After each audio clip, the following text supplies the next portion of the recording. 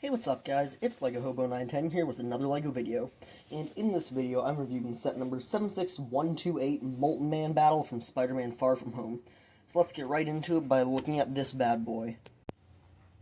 So here's, of course, Molten Man himself, the kind of main build of the set. And I think he looks really cool, first of all, mostly just because I'm kind of a sucker for mech or mech-like builds, and, you know, he's technically a organic living thing.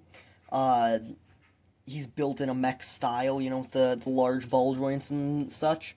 And I think he looks really cool, especially with, like, these trans-orange rock pieces with the gold paint on them. Just looks very kind of, you know, molten and really cool.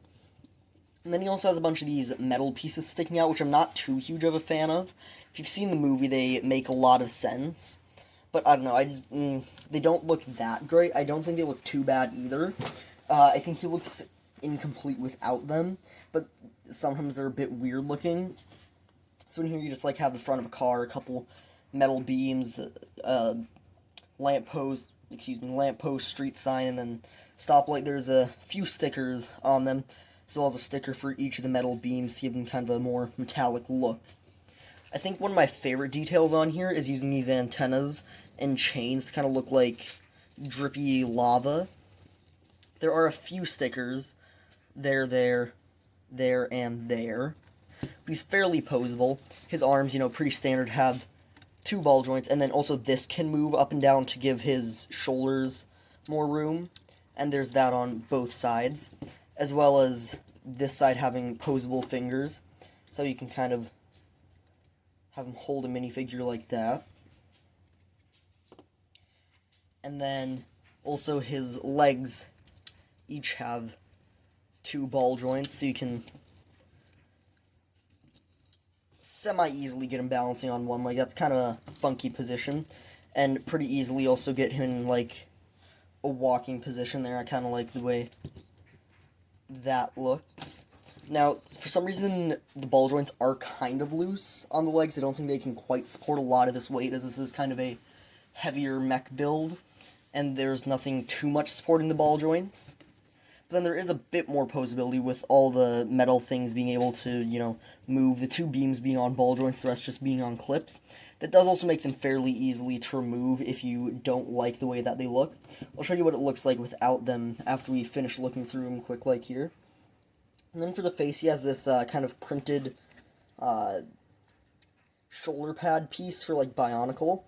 And I'm kind of iffy on it. I know there's a lot of people who really hate the way it looks, and I know there's a lot of people who really like it. I'm fairly neutral on it. I'm not crazy about the look, but I don't think it looks awful.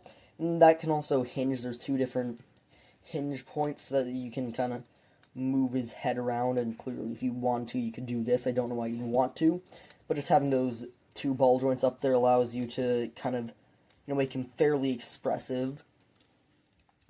I think he looks pretty cool in general. Around the back, he doesn't look too bad. Most time mechs look really awful with kind of odd colors. There is a bit too much gray for my taste along the back here, but nothing too bad. I like the golden orange there, you know, them actually, you know, putting something there. You can see a bit in there, which looks the slightest bit funky with kind of red plate there, but nothing too bad. And then this hand has the posable fingers, but this one then has a 6 stud shooter with this kind of large wheel. We all know how it works, you know, you spin it and it shoots off the studs, and then one just fell off the table and is going to get lost forever. It does come with a full stack of extra studs for a full reload, as well as, you know, coming with just an extra piece stud.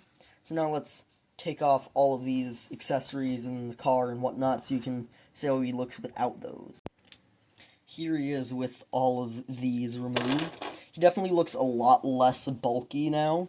The one slight problem is that this is actually connected to the street sign, so you'll just have one chain kind of hanging loose, but it shouldn't be too hard. You can just, you know, like, take it up here and connect it to, like, an open area there. So it's not like it's too hard to, you know, just completely take them off if you want. I think it's a cool look. I definitely prefer it with all the street signs, mostly just, you know, it's the full build and it's what it's intended to be, and also, like I said, it adds some extra bulk. But yeah, now let's move on to the minifigures. So this set has 3 minifigures. From left to right, we have Night Monkey. Oh, excuse me, sorry, never mind. The box says Spiderman, though I don't know how they would confuse him with the European here, Night Monkey. Then we also have Mysterio, who is the same version that comes in both other Far From Home sets. And then on the far right, we have the greatest superhero of all time, Firefighter. Completely random, unnamed firefighter. Start with Night Monkey, Spider-Man, over here just so we can get some of these large accessories out of the way. He has this kind of large web blast built out of 4 of the pieces in the web blast splat pack, whatever you want to call it, that they've been releasing in Spider-Man sets, as well as some other pieces. And then he has, and that just, connects with one of those clear pieces. And then he has this, which is actually really interesting. It just uses one piece into clips. That way he can connect things and swing. Example, clips there on Molten Man's hand. And then, also, since they all come in one pack and you can't have one without the other, we have a few extra pieces here. We have these 3 other kind of web splats, and then we have the web cuffs, though they won't really work on Molten Man. So now let's take a closer look at him here. He has the black head here, it's kind of hard to see because it's really dark on dark. And it's hard to see in real life, and the camera, it doesn't help. You can actually see some little details of, like, the goggles and the mechanism that lets the eyes flip up. And there's kind of the cloth lines on it, as well as the strap that wraps around for the eyes. And then the front printing looks pretty cool. Pretty detailed with lots of little silver things running throughout, as well as there's a tiny little bit of toe printing there. I do wish they would have dual molded the legs here with gray and black, so it would have just helped the look all the way around instead of having it randomly turn black along the sides and back, whereas, on the front, it's half gray, half black. And the printing on the back is, just kind of continuation of the same things. Not quite as cool. Then we move over to Mysterio here, who has 2 blue power blasts. I think they should have gone with green. It definitely would have looked a lot better and, fit his character more, but these just work the same as they always do. You just push down and then they launch off. And he looks really cool. I really like this Mysterio minifigure. His torso is very detailed. There's little, purple lines and gold, as well as lots of little black lines, everything running throughout there. Then a slightest bit of gold printing on the toes. And yeah, this is the same Mysterio minifigure that comes in both other Far From Home sets. So he is pretty common, but that doesn't make him bad at all. And then he has the purple cape here, which I can just flip up so you can see the back printing. And then he uses a new fishbowl piece here for his helmet, which is on top of a silver head, which I think looks kind of cool because then the way it distorts the light, everything is kind of swirly and weird. I kind of wish we would have gotten, like his actual face under there, but then they would need to have this be opaque instead of, clear, which would limit its usefulness, because I can see them using this in the future for all sorts of things, as well as customizers using it for lots of things, such as, like a fishbowl, for example. So I think if they, just printed it kind of green, swirly, then it would have limited the usefulness. I think it would have been cool as well if they had the head be, molded in lime green with kind of a swirl pattern printed on it. So it looks kind of like the kind of swirly gas that it looks like is in Mysterio's helmet. And then we have Firefighter, probably my least favorite figure out of the set, mostly just because he feels kind of pointless, and I wish we would have gotten, like, maybe Ned or Betty or someone else in the set, something more unique. And it's not like anything on here is unique either. That head is very common. It's really common headpiece. They use that on so many figures, as well as the helmet being pretty common. I'm pretty sure it's slightly more common like white, but dark red's not an uncommon color for it.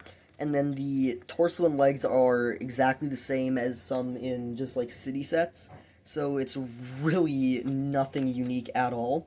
The only thing that is semi-unique is the build for the fire extinguisher here. Most of the time, they just use a 1x1 cylinder with then like the kind of faucet piece on top. Here they use this musket with then a slightly more complex build where you have this kind of Technic tube with then a pin and a clip holding it onto the gun, which I think makes a slightly more unique looking fire extinguisher build, which is kind of cool.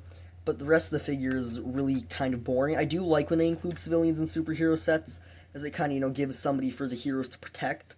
But, like, I think, like a named civilian like Ned or Betty would have been better, because then, first of all, they make sense for this scene, and second of all, it's more interesting than this, or at least give us somebody with unique prints, instead of just, a bunch of generic pieces thrown together. Other than the firemen, I think Night Monkey and Mysterio here are great figures.